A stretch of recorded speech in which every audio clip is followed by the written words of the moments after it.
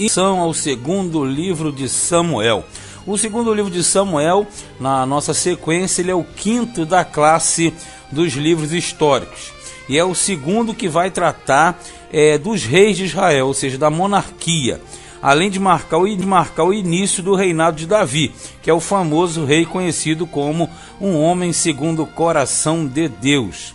Já esse segundo livro de Samuel, ao contrário do primeiro, ele vai se prender basicamente à linhagem de Judá, à linhagem de Davi, já que no primeiro livro falou de Saul, que era de Benjamim, como nós sabemos, não reunia as características básicas exigidas para ser rei de Israel. Então esse segundo livro vai tratar exclusivamente de Davi, o seu reino, que começa em Judá e depois se alastra por todo Israel, quando nós teremos a plenitude e a unificação do reino de Israel.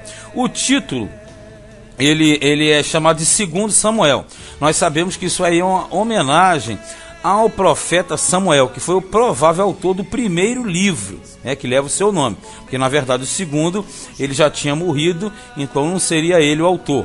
Então, assim como o primeiro livro ele recebeu o nome de Samuel, o segundo também, contando que no original, no cânon hebraico, os dois livros na verdade formam um só volume, que é chamado de O Livro de Samuel.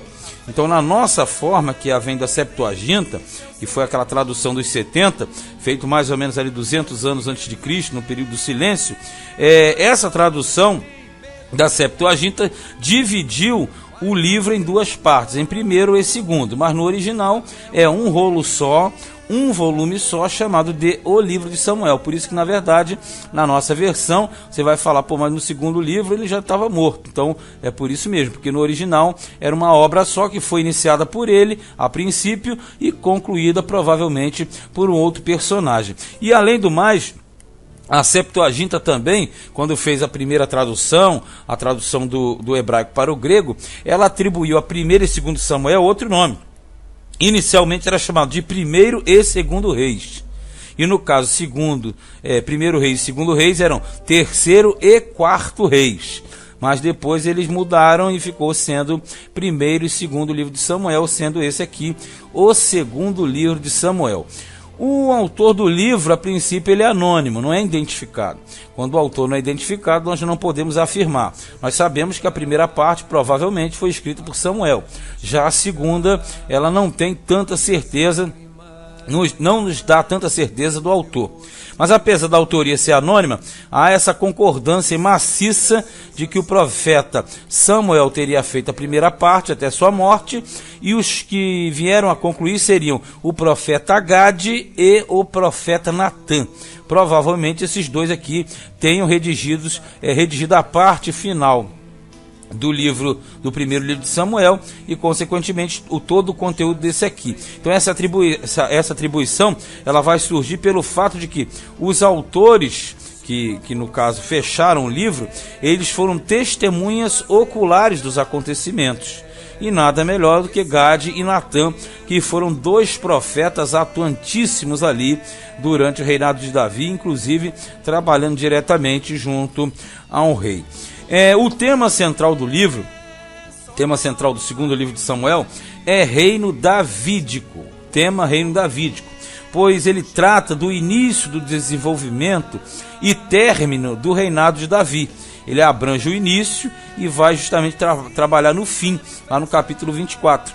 O livro reúne todos os fatos mais importantes relativos ao homem segundo o coração de Deus, que nós sabemos foi Davi, aquele que organizou o povo de Israel, colocando-os aos pés do Senhor. Quer dizer, Davi, ele se esforçou ao máximo para fazer de Israel um povo adorador, e assim cumprir a sua missão na terra, missão esta dada a Israel para ser um povo particular, um povo adorador que faria diferença. Então, através de uma centralização de adoração, Davi, ele praticamente fez isso. Porém, nesse livro não fica tão claro, mas quando nós chegamos no livro de Crônicas, aí dá para entender mais esse trabalho de Davi nos bastidores do lado espiritual. Aqui é um livro mais de guerra, é um livro político.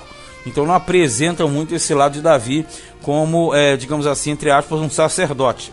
O rei Davi, nesse livro, ele unificou Israel, que até então estava disperso, era aquela confusão toda.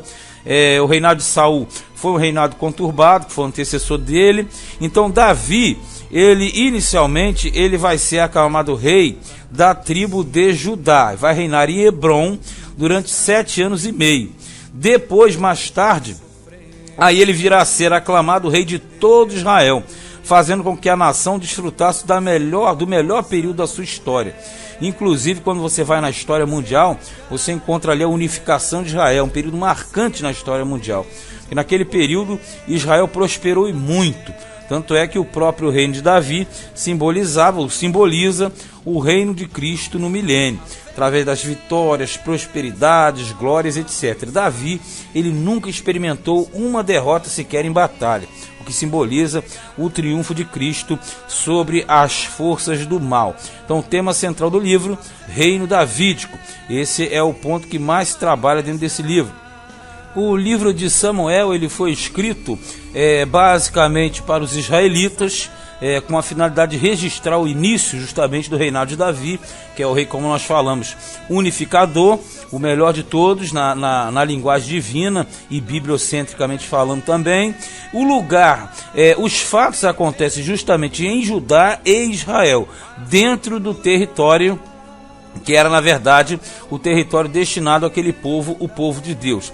A data do fechamento do livro é aproximadamente 970 a.C., porque é justamente ali que morre Davi e tem o surgimento de Salomão como novo rei de Israel. A abreviatura do livro é simples, o número 2, pode ser esse 2, tanto número ordinal como no algarismo romanos. Um número 2, mais um S maiúsculo e um M minúsculo, segundo Samuel. Sempre lembrando que deve ser tratado no masculino. Segundo livro de Samuel, primeiro livro de Samuel, primeiro rei, segundo reis, porque são livros. Sempre que é livro, nós trabalhamos sempre no masculino. Quando é carta, aí sim no feminino. Ordem numérica é o número 10, é o 10º livro dos 66. Então, pela ordem, 10/66. Capítulos são 24 capítulos que registram esses fatos a respeito de Davi e seu reino. Os objetivos do livro são claros. Primeiro, relatar como foi a continuação da monarquia teocrática em Israel, após a morte de Saul, que era um rei fora das características, e agora com Davi. Apresentar justamente Davi como o modelo perfeito de rei teocrático para o povo de Deus, o segundo ponto. E o terceiro objetivo é descrever as qualidades de Davi como um rei segundo o coração do Senhor, de Deus. Por quê? Todas as atitudes de Davi no livro, nós conseguimos perceber o porquê ele assim era chamado, assim era designado o homem segundo o coração de Deus. O conteúdo do livro, ele vai se concentrar no relato justamente detalhado desse reinado davídico. Como foi a caminhada, a trajetória de Davi, a sua elevação. Ele foi estabelecido, confirmado na monarquia de todo Israel, primeiramente Judá, nós sabemos inicialmente Judá, que era a sua tribo. Ele reinou ali durante 7 anos e meio. Mais tarde, ele reinou sobre todo Israel durante 33 anos, totalizando aí cerca de 40 anos de reinado. O número 40 é o número batido, geralmente o número dos juízes, o número dos reis e dos profetas também batia em cima de 40. O livro também relata a tomada de Jerusalém das mãos dos jebuseus. Foi realizado justamente por Davi, após a sua ascensão ao trono como rei de Israel. As suas vitórias políticas e militares, tudo isso são narradas no livro. Além de descrever suas derrotas e erros e fracassos. Só que derrotas que nós falamos são derrotas particulares, não derrotas em batalha. Erros, fracassos, etc. Que é o chamado período da decadência. Também ressalta a história de um rei que era amado por Deus, muito por Deus, mas também era corrigido pelo Senhor quando se desviava de sua vontade, que é o grande exemplo para todos nós. Sem contar que Davi, no Antigo Testamento, ele foi alvo da graça de Deus, porque mediante suas práticas errôneas, seus erros, ele era passivo de morte. E nós sabemos que Davi, ele feriu todos os mandamentos relativos ao próximo. Ele só não feriu mandamentos relativos a Deus. E todos os mandamentos que ele feriu, lhe caberia uma sentença de morte. mas o Senhor transpassou os pecados de Davi, ele não veio a morrer, mas em recompensa ele sofreu todas as tragédias que vêm como consequência das suas práticas errôneas. É o que equivale exatamente hoje ao período que nós chamamos o período da graça de Deus, né? Nós não temos uma morte imediata, né, na maioria das vezes, mas consequência, colhemos as consequências das práticas errôneas perante o Senhor. A extensão histórica do livro abrange um período de aproximadamente 40 anos dentro da história de Israel, indo desde a morte de Saul até a compra do local do terreno, aquele terreno onde seria construído o templo de Salomão no futuro. Isso pega mais ou menos de 1010 a 970 a.C. A divisão geral do livro é basicamente dividida em duas seções. A primeira parte vai do capítulo 1 até o capítulo 4, que justamente apresenta a morte de Saul e a unção de Davi em Hebrom, como rei de Judá, que foi durante 7 anos e meio, nós sabemos. E a segunda pega do capítulo 5 até o final do livro, no capítulo 24, apresentando os 33 anos seguintes de Davi como rei de todo Israel, como nós falamos, unificado, reinando em Jerusalém, a capital que ele tomou justamente dos jebuseus. Os principais fatos do livro são diversos. Nós separamos aqui alguns, por exemplo, Davi chorando pela morte de Saul e Jonatas no início, Davi sendo aclamado rei de Judá, Joabe matando Abner, a traição, porque Abner seria o sucessor do próprio Joabe, Davi reinando sobre todo Israel, já mais à frente, Davi tomando Jerusalém, um grande episódio, uma estratégia elaborada pelo Joabe. As diversas vitórias de Davi também são pontos importantes ali, as vitórias que Davi obteve com seu reinado, dominando vários reinos vizinhos. A parte decadente de Davi também, o adultério de Davi com Batseba, aquela questão toda de Urias. Aí a decadência da casa de Davi, Aminon estuprando sua irmã Tamar, é um ponto também marcante. E logo em seguida, Absalão matando Aminon, vingando a sua irmã. Davi fugindo de Absalão, que foi um motim levantado pelo filho. Absalão morrendo após esse motim, também é um ponto. E Davi, outro ponto marcante, Davi vendo o anjo na eira de Araúna, no Jebuseu, lá na ocasião do censo, que trouxe uma peste, uma maldição sobre a terra. E ali Davi viu o anjo, e justamente ele levantou o altar e posteriormente construiu o templo de Salomão na sua época. Os principais personagens são Abner, que era general de Saul e foi morto por Joabe, Abisai, que é irmão de Joabe, o próprio Joabe também, Urias, o Eteu, aquele que morreu a questão do adultério de Davi, né? Depois ele foi morto pela mão dos amonitas. Mical, filha de Saul e foi esposa de Davi, que ficou sem filhos em virtude de desprezar aquilo que Davi fazia para o Senhor. Também o profeta Natã, aquele profeta que levou o juízo a Davi no momento do seu erro, da sua transgressão. Absalão, filho de Davi, que foi o rebelde, levantou o motim contra o pai. Azael também, outro irmão de Joabe, morreu através de uma falha grave contra Abner na peleja. Batseba, a mulher de Urias, que todo mundo conhece a história. Aminon, filho de Davi, que foi o estuprador da sua irmã Tamar e depois morreu pelas mãos de Absalão. Os 37 valentes de Davi, que era um exército particular, uma escolta particular de Davi, formado de homens beliciosos que guardavam Davi em todo o seu desenvolvimento, todo o seu reinado.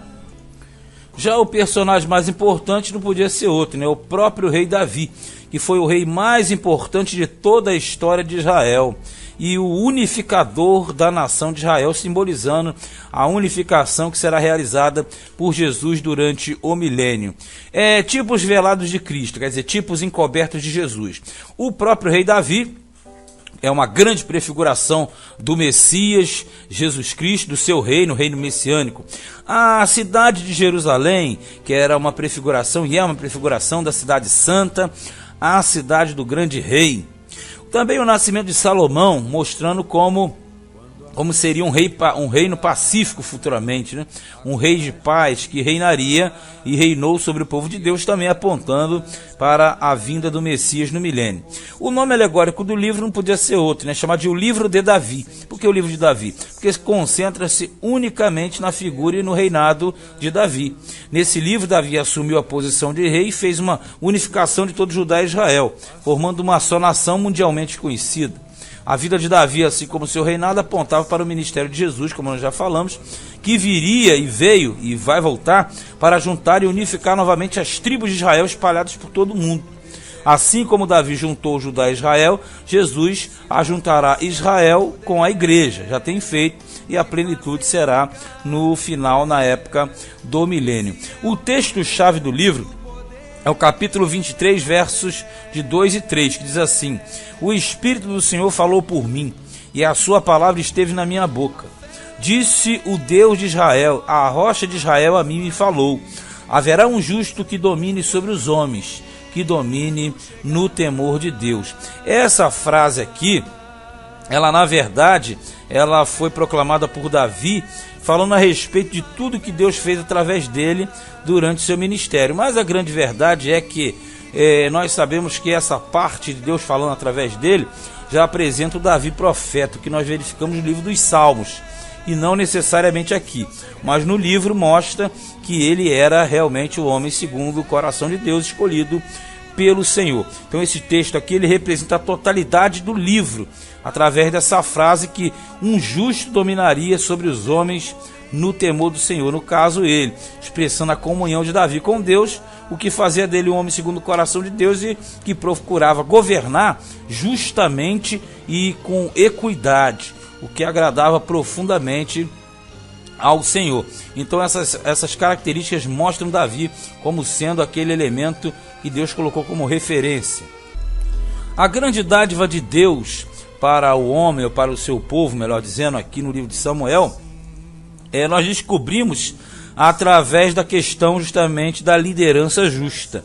É uma grande dádiva para o povo de Deus quando se tem uma liderança justa, um líder justo, um líder que trabalha guiado pelos olhos de Deus, pela visão de Deus, pelo Espírito Santo. O livro de 2 Samuel, que é esse, relata que Deus é aquele que sabe escolher a melhor liderança para o seu povo, quando o povo quer. No caso atrás, eles pediram fora do tempo e Deus empurrou para eles um que era a cara deles, né? Já que no caso não.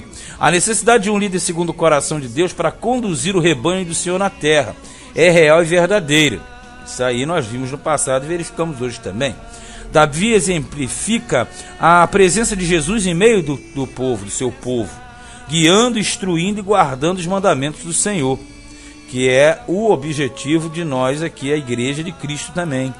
A maior bênção que os filhos de Israel puderam obter foi terem recebido um rei levantado pelo Senhor e que cumpria a sua vontade à frente do seu povo, que é o povo de Israel. Ou seja, o rei teocrático era para isso, para justamente exercer e desenvolver aquilo que agradava a Deus. Mas sempre Deus dá uma dádiva e ele pede uma obrigação do homem, não é isso? Então a obrigação do homem nesse livro é justamente o quê? A união do seu povo. Perceba, a união que Deus exige do seu povo vem através da liderança justa. Quando a liderança é justa, o povo de Deus tem que estar unido. O livro relata a existência da necessidade de união no meio do povo de Deus. Sempre foi assim. Fica bem claro no livro que quando o rei Davi unificou os reinos e as tribos de Israel, as bênçãos vieram mais rapidamente e as vitórias vieram junto. Então, uma atrás da outra. Então, quando se existe a união do povo, as vitórias, as bênçãos, elas se aproximam. De forma que Davi nunca experimentou derrota, como nós já falamos. Sequer uma derrota ele experimentou em toda a sua vida, no sentido coletivo. Individual ele teve algumas, porque no caso foram as falhas dele. Isso demonstra que a união e unificação trazem a bênção de Deus para o seu povo.